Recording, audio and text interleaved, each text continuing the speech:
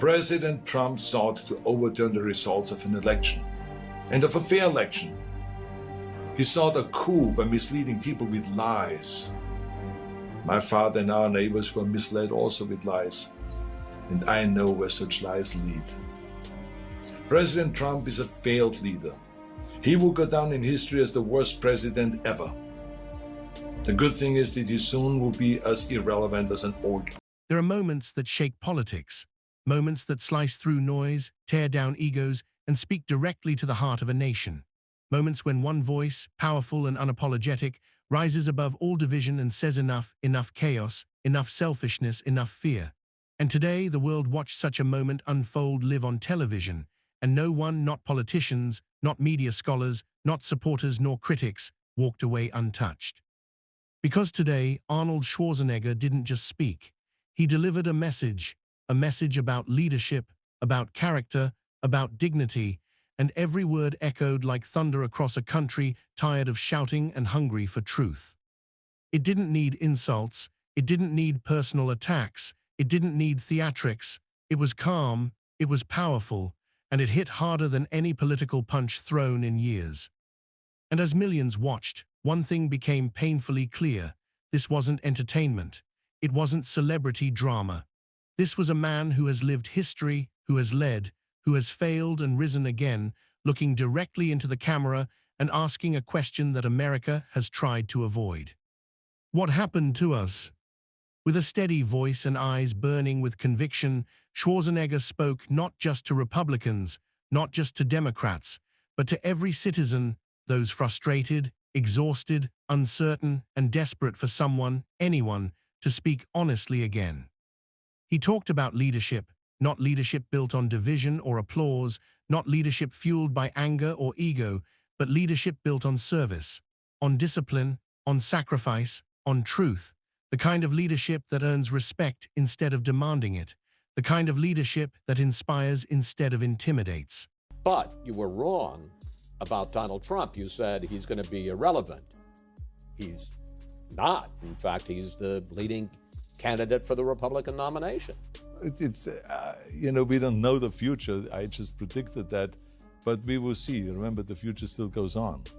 So we will see in a few years from now how right I was or not. I cannot prove it right now, but eventually I think it will be true. I will be right. And whether you love Donald Trump or you can't stand him, whether you admire MELANIA or barely think about her, whether you lean right or left, there was no denying the meaning in Arnold's words. He was drawing a line, a moral line, a line that said loud and clear, greatness is not measured by power, but by character. People across America paused, phones dropped, comment sections froze, television hosts shifted in their seats. You could feel the moment, that electric pause where everyone suddenly knows something important has just happened. Arnold didn't mention names. He didn't need to. His message carried enough weight that the world filled in the blanks on its own. Because sometimes the truth is so obvious, it doesn't have to be spoken directly, it just needs to be felt. He spoke about respect, not for titles or wealth, but for people, for workers, for families, for immigrants chasing a dream just as he once did. He spoke about honor, not the manufactured kind that hides behind slogans, but the internal kind forged through adversity, discipline, and humility.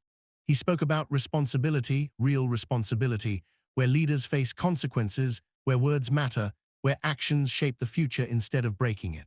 Republicans, even though I'm a Republican, I tell you, it is sometimes disappointing. And then I think even just when you look at the symbols of the party, think about that.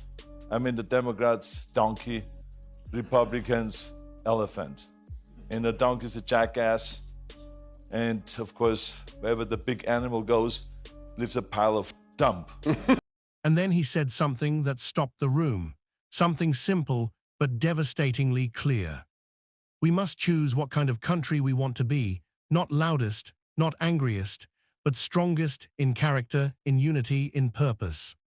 Those words landed like a hammer, not an attack, a challenge, a mirror held up to a nation that has spent years tearing itself in half. A reminder that America was not built by shouting matches and internet insults, but by people who sacrificed their pride for progress. Social media exploded instantly.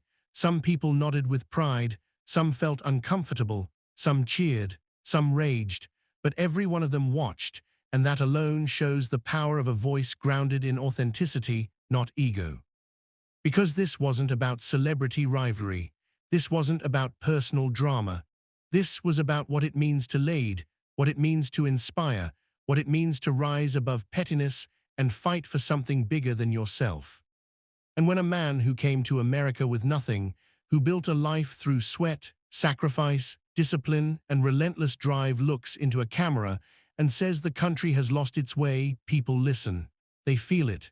They sit up. They reflect. This wasn't destruction through insult. It was destruction through truth. Not truth weaponized, but truth grounded in values. Values that millions still believe in. Values that parents still try to teach their children. Values that seem to be slipping away in the noise of politics, celebrity battles, and emotional tribalism. And as he finished speaking, there was no mic drop, no dramatic exit, just a quiet pause, a pause where his message hung in the air like a challenge to the soul of the nation.